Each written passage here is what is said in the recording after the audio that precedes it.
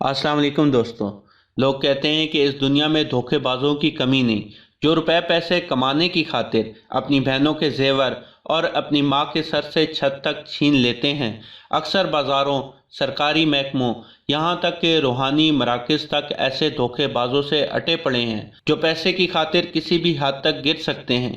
ऐसा ही एक शख्स 11 दिसंबर 1931 में हिंदुस्तान के एक गांव कचौड़ा में पैदा हुआ। इसका बाप एक कपड़ा फरोश था। इसकी ज़िंदगी का इब्तदाई दौर 3 कमरों के एक मकान में गुजरा, लेकिन जब ये इस दुनिया से रुखसत हुआ तो बेहिसाब दौलत, गाड़ियों, होटलों, प्राइवेट जहाज़ों और जायदादों का मालिक था।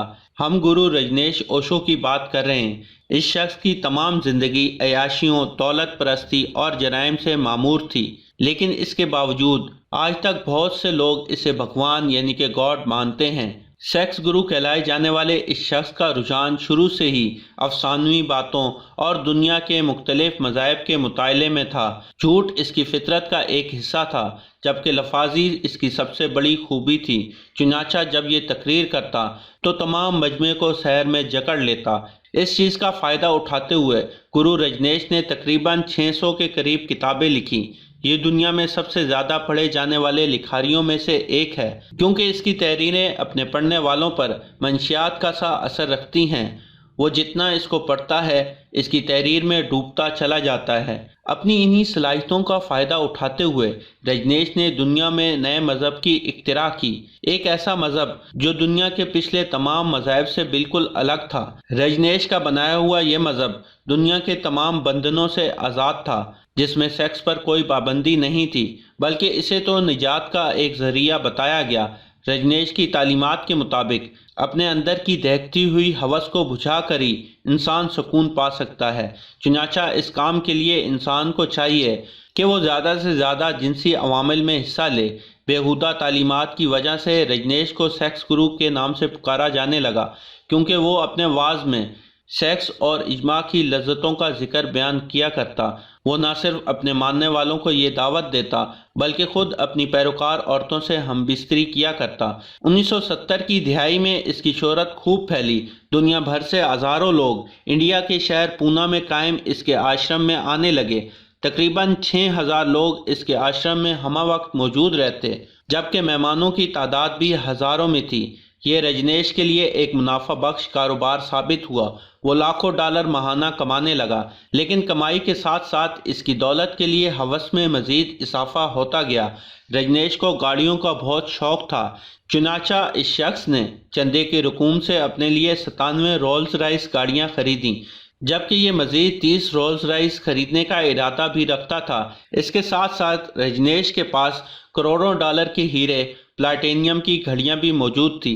इसके अलावा ये मुख्तलिफ महंगी राइफलें और नायाब नवादरात जमा करने का भी शौकीन था। जब इसकी आमदनी हद से ज़्यादा बढ़ गई तो हिंदुस्तानी टैक्सों से बचने की खातिर इसने अमेरिका के इलाके ओरेगोन में 64,000 एकड़ पर मौजूद एक ज़मीन लाखों डॉलर में खरीदी, जिसे उसके हज़ारों पैरोकारों ने दिन रात मेहनत के बाद एक शहर में तब्दील कर दिया। इस शहर का नाम रजनीशपुरम रखा गया। ये शहर नहीं बल्कि अयाशी और फहाशी का मरकज़ था। यहाँ के मुकीम हर किस्म की जिनसी बंदिशों से आज़ाद थे।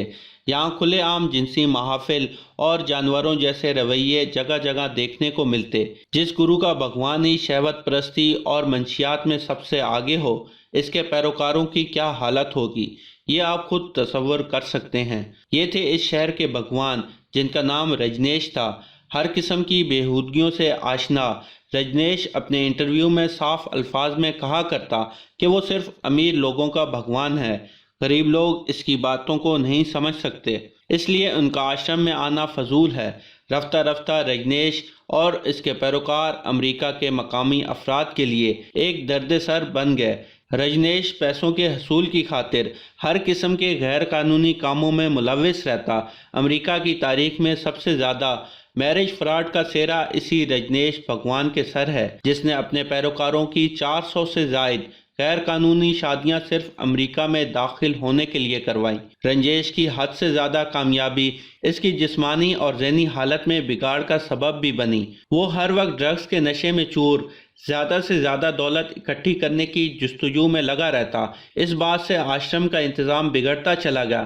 اس کی قریب ترین سنیاسن اس کی پرسنل سیکرٹری شیلا تھی، جو ایک خوفناک ڈکٹیٹر ثابت ہوئی۔ اس نے آشرم کے لیے ایک خصوصی آئی، یہاں بڑے پیمانے پر ہتھیار لائے گئے۔ اس کے علاوہ ان لوگوں نے مقامی ہوٹلوں کے کھانے میں زہر ملانے اور اس جیسے دوسرے جرائم کا بھی ارتکاب کیا۔ ان جرائم کے حوالے سے شیلا پر مقدمہ چلایا گیا اور اسے ایک طویل سزا سنائی گئی، جبکہ گرو رجنیش US حکام کے ساتھ سودے بازی کر کے امریکہ سے واپس ہندوستان فرار ہو گیا۔ ہندوستان واپس آ کر اس شخص نے موقع اور وقت کی مناسبت سے اپنا نام بھگوان رجنیش سے اوشو رجنیش رکھ دیا۔ امریکہ سے لوٹنے کے بعد جلد ہی یعنی کہ 1990 میں اس کی موت واقع ہو گئی۔